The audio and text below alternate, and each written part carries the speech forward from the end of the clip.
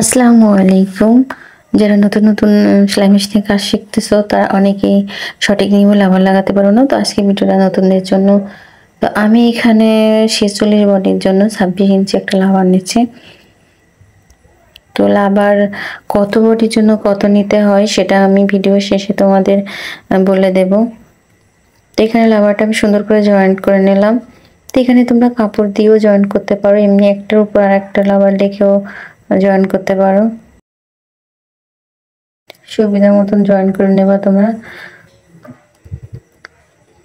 তো এখন হচ্ছে কাপড়ের মোড়ে আমি 3 সুতোর মতন ভাঁজ দিয়ে সেলাই করে নেব। এখানে 3 সুতোর মতন ভাঁজ দিয়ে সেলাই করলে কাজের ফিনিশিংটা ভালো আসে, সুতো ওঠার চান্স থাকে না।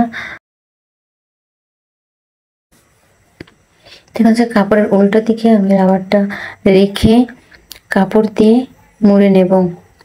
আর 3 সুতো রাবারের পাশে 3 সুতোর মতন রেখে তাই সেলাই দেবো, যাতে রাবারের উপর সেলাই না পড়ে। আর আমি ঠিক যেভাবে দড়ি সেলাই করতেছি তোমরাও চেষ্টা করবে এভাবে সেলাই করতে।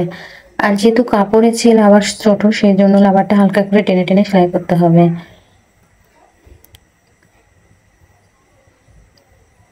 আর যারা নতুন আছো তারা অবশ্যই এই পর্যন্তই, আর মাঝে সেলাই দেওয়ার দরকার নেই। যারা মোটামুটি একটু বুঝতে পারো তারা মাঝে সেলাই দিবা। তো এখানে যদি ঠিকঠাক মতন টেনে সেলাই না করা হয় তাহলে টান খায়, বিভিন্ন ধরনের সমস্যা দেখা দেয়। কোনো পাশে বেশি থেকে যায় কাপড়, কোনো পাশে কম, সেজন্য নতুনদের না দেয় ভালো।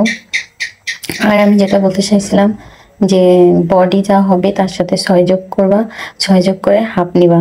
যে 30 বডি হয় তাহলে 36, 6 যোগ করলে 36 হবে, 36-এর হাফ 18 ইঞ্চি রাবার নিবা। তো আজকে এই পর্যন্ত, সবাই ভালো থেকে সুস্থ থাকো, আমার জন্য দোয়া করো। আল্লাহ হাফেজ।